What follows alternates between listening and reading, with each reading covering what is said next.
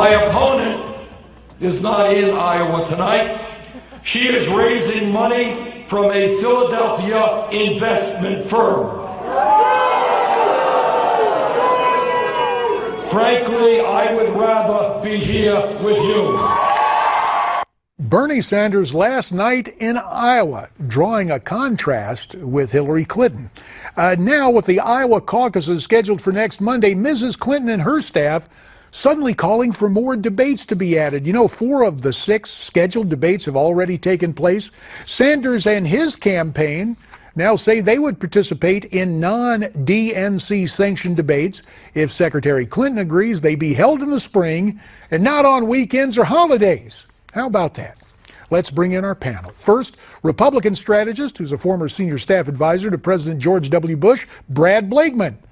And then from Tallahassee, Florida, the Democratic media strategist, Vice President of KateCom Public Relations, Franco Ripple. Franco, since you're our resident Democrat, what do you think of this? More debates? And why suddenly is Hillary ready to talk more? Well, actually, I think we can turn the question around and, why all of a sudden does Bernie Sanders not necessarily want more debates? His campaign has signaled they may not necessarily participate, perhaps out of fear of the DNC. Or is it suddenly that perhaps, yes, he is in the lead in New Hampshire? And as everybody knows, front runners don't want to debate. It doesn't do them any good. He's afraid of a slip-up. He does not do as well in debates as Hillary does. But I think it's all much ado about nothing. Frankly, when you look at the DNC debate schedule, yes, 4 of them have already happened compared to the 8, but there's 35 people running for president on the Republican side of the aisle compared to our 3. Our Democrats get more of an opportunity to share their vision with America in these debates, so we need less of them. And frankly, they've also been scheduled on prime time during the weekdays as well as the weekends. I think it's fair. That's very interesting. Brad, what are you hearing from Franco? Is that just a lot of spin, kind of for the Clinton bunch? My head is spinning. Look, the Clintons break the rules. They make the rules, and then when it's not in their interest, they break the rules. And Bernie was the subject to being dictated to by the DNC, who thought they were going to coronate Hillary Clinton, protect her by having a limited number of debates at times when people were never even paying attention, whether it's a Pro Bowl game, whether it's the timing on a weekend. They knew exactly what they were doing, because if they wanted these debates in prime time in a place when everybody was going to watch them, they certainly would have did it. They didn't. And now Bernie's pushing back. Yeah, because he's in the lead. He's not going to be dictated to. And now it's going to be a little bit by Bernie's rules. I applaud Bernie. I think he's nailing Hillary Clinton. And it's about time that somebody other than the FBI does that. Oh, God. Well, okay, that's good. Good people can disagree, and maybe you're going to disagree on the next subject, which happens to be Republican debates, or specifically a Republican debate in New Hampshire.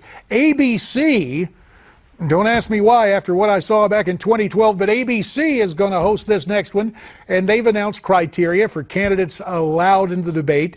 They're only going to allow 6 candidates on the stage, and will cut off those who don't meet their criteria. Brad Blakeman, is it a good thing for the network of George Stephanopoulos to decide which Republican should be on the stage?